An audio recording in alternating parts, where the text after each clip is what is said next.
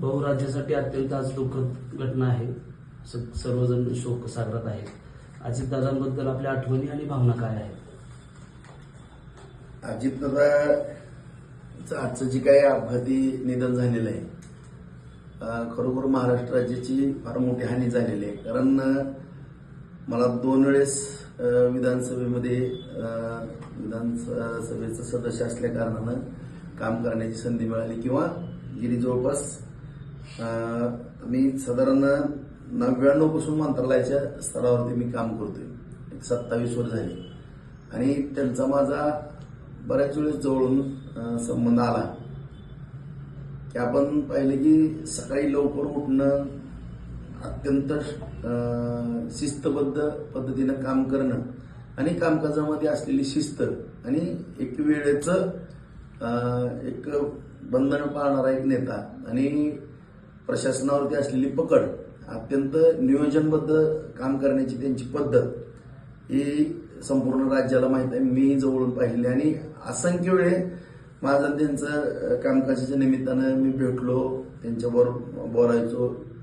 असंख्य वेळेस आमचे संपर्क झाला की काम, परंतु कुठलंही त्यांनी राजकारण वगैरे न आणता या ठिकाणी तालुक्याच्या बाबतीमध्ये ज्या वेळेस काही गरज पडेल आपल्या तालुक्याला त्यावेळेस त्यांनीही त्यांच्या परीनं मदत करण्याचा प्रयत्न केला. तर मी वेळोवेळी भाषणामध्ये सुद्धा सांगितलं की दादांचे आमचे सुद्धा चांगले सलोख्याचे संबंध त्या ठिकाणी होते. आता सुद्धा काही मध्ये गेल्या या निवडणुकांच्या अगोदर सुद्धा एक विशेष असं काम आपलं तालुक्याचं होतं.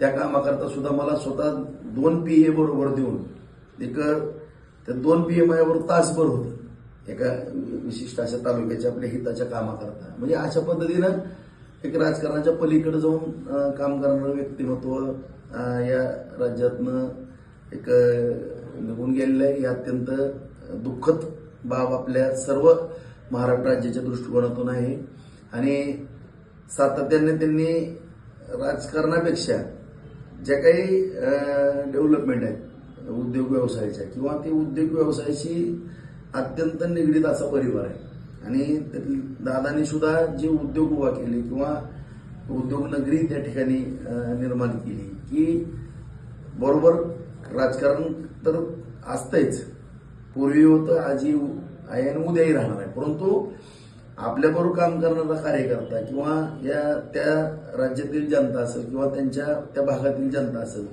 त्यांच्या उपजीविकेची साधनं निर्माण केल्याशिवाय ह्या सगळ्या गोष्टी खऱ्या अर्थानं घडू शकत नाहीत किंवा सगळ्यांच्या कुटुंबाची जबाबदारी व्यवस्थितपणानं पार पाडल्याशिवाय खऱ्या राजकारणाला अर्थ नाही. त्यांच्या नेमकी सातत्यानं आम्हाला जाणवायची ती गोष्ट. आम्ही बसायचो त्यांच्याबरोबर, कारण लोकसभेला ज्यावेळेस अर्चनाताईंची उमेदवारी फायनल झाली त्यावेळेस मी 6 दिवस मुंबईमध्ये होतो आणि दादांबरोबरच असायचो. मी राणादादा सातत्याने त्यांच्याबरोबर जी जास्त वेळ घालवला मी, जवळपास 2-3 तास आम्ही दादांबरोबर राणादादा आम्ही बसत होतो या सगळ्या गोष्टीवरती चर्चा करत आणि चर्चा करत असताना त्यांच्या ज्या काही मनातल्या भावना होत्या त्या आमच्याबरोबर मन मोकळेपणानं गप्पा मारत सांगायचे की मी असं केलेलं आहे, मला असं करायचंय. मी काही गोष्टीचं मार्गदर्शन सुद्धा आम्हाला योग्य त्या ठिकाणी लाभलंय असं म्हणायला काही हरकत नाही. आणि खरं जर पाहिलं तर त्यांचं जे सकाळपासून जी कामाची सुरुवात व्हायची ती खऱ्या अर्थानं प्रत्येकाने आदर्श घेण्यासारखी, म्हणजे प्रत्येक माणसाने. कारण ते 10-10:30 वाजले की जागेवर थांबवायचे राजकारण आणि आपल्या कुटुंबामध्ये असायची. परंतु सकाळी लवकर उठून कामाला सुरुवात करणे आणि आपापल्या वेळेचं बंधन ठेवून ती असे काही गोष्टी आणि कामाचा उरक, उद्योग व्यवसायाचा उरक, ह्या सगळ्या गोष्टी त्यांच्याकडून खऱ्या अर्थानं घेण्यासारख्या होत्या. ज्या आमच्यासारख्या कार्यकर्त्यांना येणं शक्य झालं त्या आम्ही घेतलेल्या सुद्धा आहेत.